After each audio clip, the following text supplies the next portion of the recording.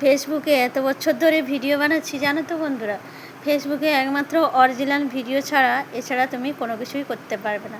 যাই হোক, এতদিনে ফেসবুক অরিজিনাল ভিডিও দিলেই অবশ্যই তোমরা সাকসেসফুল হতে পারবে, সেটা আমিও জানি।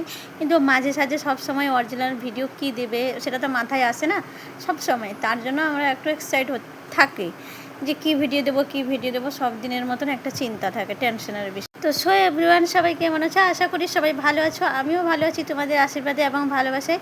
আবারও চলে এলো বন্দনা তো দুষ্টু মিষ্টি একটা ব্লগ নিয়ে। সবাই কেমন আছো? আশা করি সবাই ভালো আছো, সবাই ভালো থাকবে এবং সুস্থ থাকবে, আর সবাই সাথে থাকবে আর পাশে থাকবে। তো চলো তাহলে আজকে ব্লগ ভিডিওটা শুরু করা যাক। আজকের ভিডিওর মাধ্যমে সবসময়ের জন্য কিছু একটা রাখতে হবে, তো সেটা আমিও জানি, কিন্তু কী বলো তো, কী রাখবে। তো তেমন আমরা ক্যাপশন বা তেমন কিছু এতটা পারি না সবার মতন। তো যাই হোক, যতটুকু পারি চেষ্টা করি তোমাদের মতন। তোমরা তো কতটা ভালো লাগছে তোমাদেরকে সেটাও জানি না, জানো তো বন্ধুরা। তো আমি একটু বেশি বকবক করে ফেলছি, তোমরা কেউ মাইন্ড খারাপ করবে না বা মাইন্ডে নেবে না। অবশ্যই আমার ব্লগ ভিডিওগুলো কেমন লাগে অবশ্যই কমেন্ট করে জানালে খুবই ভালো লাগতো, ঠিক আছে।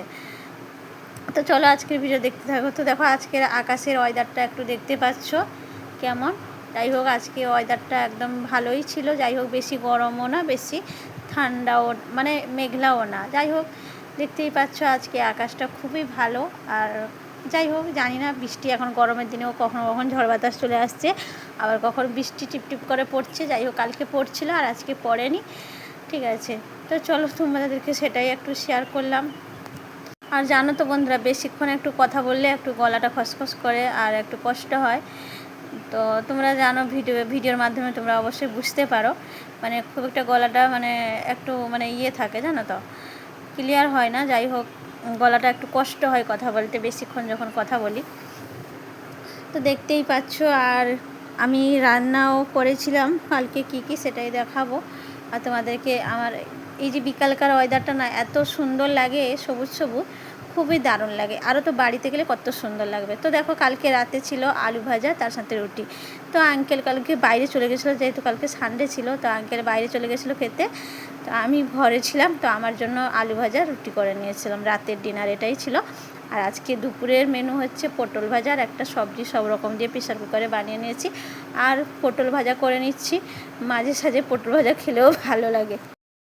তো তার জন্য পটলগুলোকে আগে থেকে হলুদ, নুন, লঙ্কা সব রকম মাখিয়ে রেখে দিয়েছিলাম। তো এখন স্নান করে এসে এটাই পটল ভাজাটা করছি। আর একটা প্রেশার কুকারে সবজি বানিয়েছিলাম শুধুমাত্র আমার জন্য, তো আমি খাবো বলে। তো আজকে দুপুরে ছিল এটাই পটল ভাজা আর একটা সব রকমের সবজি দিয়ে বানিয়েছিলাম। তো চলো, আজকের ভিডিওটা কেমন লাগলো, সবাই ভালো থেকো, সুস্থ।